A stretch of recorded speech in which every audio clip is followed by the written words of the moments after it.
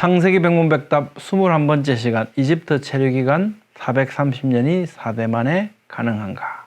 여러분들께 하나님의 말씀을 나누는 이 일에 함께 하시고 이 채널이 계속 유지되고 발전되기를 원하신다면 여러분의 구독, 좋아요, 알림, 댓글이 큰 힘이 된다고 합니다. 안녕하세요. 김홍석입니다.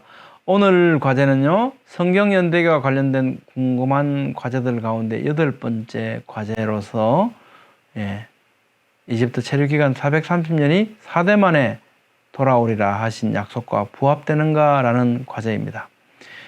창세기 15장 13절에서 16절 말씀을 보면 400년 동안 내 자손은 4대 만에 이 땅에 돌아올 것이다 라고 말씀했는데, 역대상에 보니까요, 에브라임 지파를 보면 이 430년 같은 기간 동안에 10대에 걸쳐서 자손들이 태어납니다.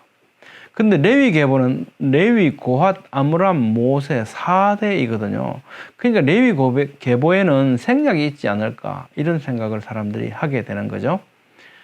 출애굽기 6장 16절부터 20절 말씀에 보면 레위의 아들들의 이름은 그 연치대로 이러하니 게르손과 고핫과 므라리요, 레위의 수는 137세였으며 게르손의 아들들은 그 가족대로 림니와 시므이요, 고핫의 아들들은 아므람과 이스할과 헤브론과 우시엘이요, 이렇게 해서 쭉 계보를 말씀해 주시는데요, 특징이 있습니다. 어떤 특징이 있냐면 레위, 고핫, 아므람의 나이만 말씀해 준다는 겁니다. 여기 다른 분들 많이 나오잖아요. 그런데 이 세 분의 나이만 여기서 말씀하고 있습니다. 야, 어떻게 동일한 문단 내 6장에 이 내 함께 기록한 다른 족장들의 수명에 대해서는 침묵하면서, 그죠? 게르손, 머라리, 림니, 시므이, 이스할, 헤브론, 우시엘, 무할리, 무시, 이런 분들 다 무시하거든요.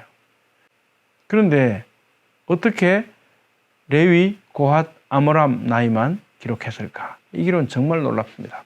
마치 오늘날 우리가 4대에 걸쳐 어떻게 430년이 되었는지를 물을 물음에 대비해서 그것이 사실임을 보여주기 위해서 기록하신 것처럼 보인다는 겁니다. 한번 살펴보겠습니다. 이집트로 내려갈 때 레위의 나이를 한번 보죠. 이삭이 60세 야곱을 낳았다. 그렇죠? 그리고 야곱이 이제 그 장자 축복 이 사건이 있지 않습니까? 가로채는 사건 있어가지고 이제 도망을 하게 되죠. 외삼촌 라반 집으로요. 그래서 거기 가서 야곱이 라헬을 위하여 7년 동안 라반을 섬겼으나 그를 사랑하는 까닭에 7년을 며칠같이 여겼더라. 이 7년이 지난 후에 이제 드디어 결혼을 했죠.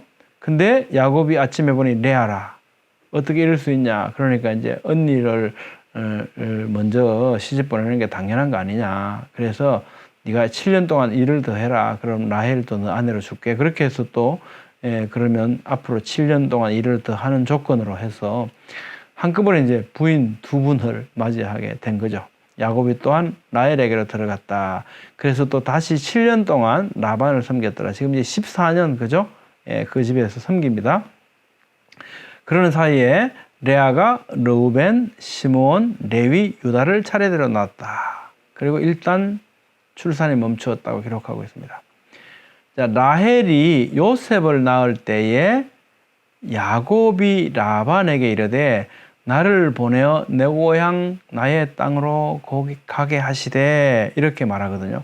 요셉이 태어난 해를 보면요, 이제 야곱이 라반에게 와서 7년, 14년을 다 섬기고 나서 이제 2 부인을 얻은 이 어떤 이 옵션이 만료됐구나, 이런 내용을 알 수 있죠. 그런데 이 팔려간 요셉이 애굽 왕 바로 앞에 설 때 나이가 30세라. 이 30세 어떻게 됐습니까? 국무총리가 된 거죠. 총리가 됐습니다. 그런데 온 애굽 땅에 7회 큰 흉년이 있겠고 후에는 7회 흉년이 있을 것이다 라고 했는데, 고센 땅에 머물며 나와 가깝게 하소서, 지금 누구한테 말씀드리냐면 지금, 그죠? 아버지 지금 야곱한테 전하는 거거든요. 흉년이 아직 5회가 있다. 그러면 7회 풍년이 지나갔고 7해 흉년 가운데 2해가 지나간 거죠. 그래서 앞으로 5해가 더 있다는 거지 않습니까? 그러면 요셉이 30세에 총리가 되었는데 그 이후에 풍년 7해 지나갔고 흉년이 2년 지나갔으니까 9년이 지나간 거죠. 그러니까 요셉의 나이는 39세가 된 겁니다. 그렇죠? 이 해에 야곱이 애굽으로 내려오지 않습니까? 야곱이 몇 세라 그랬습니까? 130세라 그랬죠. 그러니까 야곱이 130세에 요셉이 39세라는 걸 알 수 있죠. 야곱이 그러니까 91세에 요셉을 낳았다는 사실을 알게 됩니다. 이때가 어떻게 해요? 라반에게 온 지 14년 되는 해라고 했지 않습니까? 앞에 살펴봤죠? 요셉을 낳은 때, 그죠? 내가 고향 땅으로 나를 보내달라 했으니까 14년이 지난 해란 말이죠. 자, 그러면 야곱이 라반에 온 지 7년이 지나고 레아와 라헬과 결혼해서 이때 야곱의 나이는 84세였다라는 걸 알 수 있죠. 85세에 르우벤을 낳았고 86세에 시몬을 낳았고 그 다음 해 87세에 레위를 낳았다라고 우리는 유추해 볼 수 있습니다. 그렇게 하면 애굽으로 내려갈 때 레위는 43세 정도였다는 걸 알 수 있죠. 왜?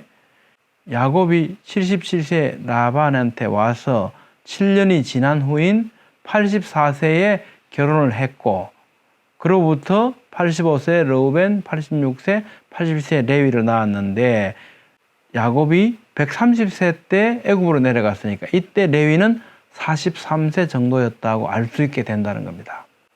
그러면 이제 이렇게 되죠. 자, 출애굽기 6장 16절에서 20절에서 레위 137세, 고핫 133세, 아므란 137세 찾았지 않습니까? 그래서 따라서 다음과 같은 시나리오가 가능해집니다. 레위는 132세에 고핫을 낳았다.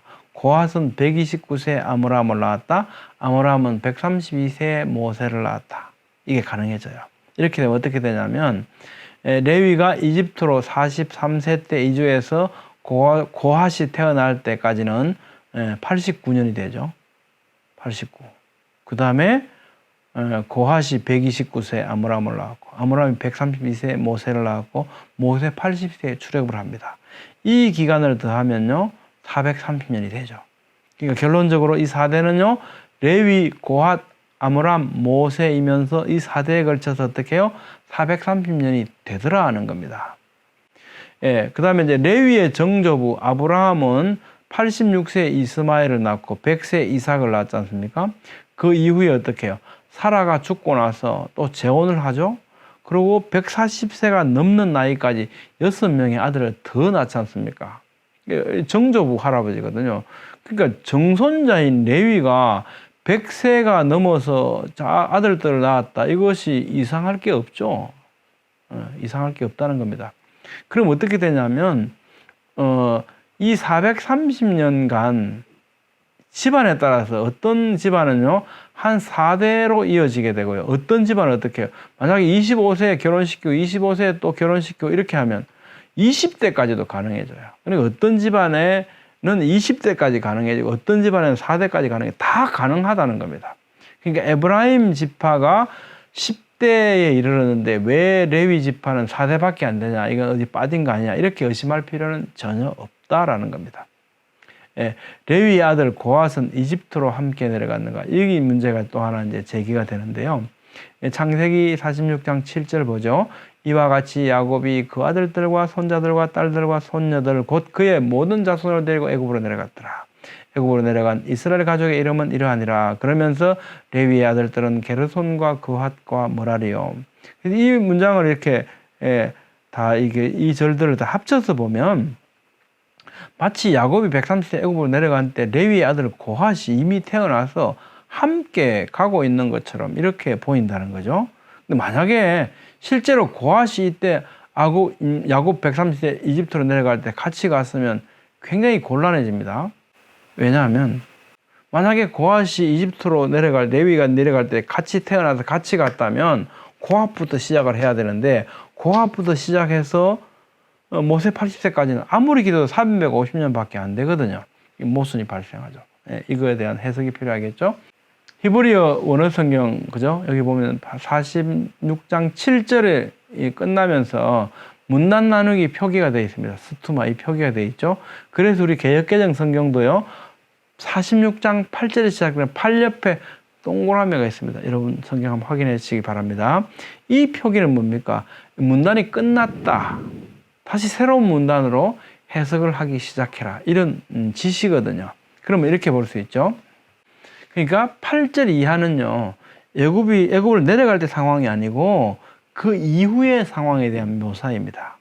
즉, 이 명단은 야곱이 130세 이집트로 내려갈 때 동행했던 명단이 아니라 그로 인해서 이집트에 체류했던 나중에 태어난 사람까지를 포함하고 있는 명단이라는 겁니다.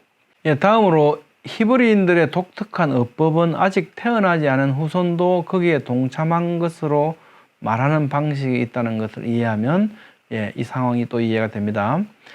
창세기 46장 3절에서 4절, 야곱이 내려가기 직전에 하나님께서 뭐라고 말씀하셨냐면 애굽으로 내려가기를 두려워하지 말라. 내가 거기서 너로 큰 민족을 이루게 하리라. 그러면서 뭐라 그러시냐면요, 내가 너와 함께 애굽으로 내려가겠고 반드시 너를 인도하여 다시 올라올 것이다 하고 약속하셨잖아요. 근데 야곱이 다시 올라왔습니까? 야곱 다시 안 올라오죠. 누가 올라왔습니까? 야곱의 자손들이 올라오잖아요. 근데 하나님께서 뭐라고 말씀하셨습니까? 반드시 너를 인도하여 다시 올라올 것이다. 이렇게 말씀하시거든요. 이제 이 너를 인도하여 온다. 근데 어떻게 해요? 야곱은 어떻게 해요? 후손들에 속해 있는 거죠. 이렇게 말하는 방식이 있습니다. 이것이 이제 히브리인들의 어법인 동시에 또 성경의 어법인 거죠. 신약 성경에도 이런 예가 나타나요. 히브리서 7장 4절에서 10절을 보면요, 아브라함이 멜기세덱에게 11조를 바칠 때 나중에 아브라함의 정손자로 태어날 레위도 이미 이때 11조를 바쳤던 거라고 이렇게 말을 해요. 자, 보십시오.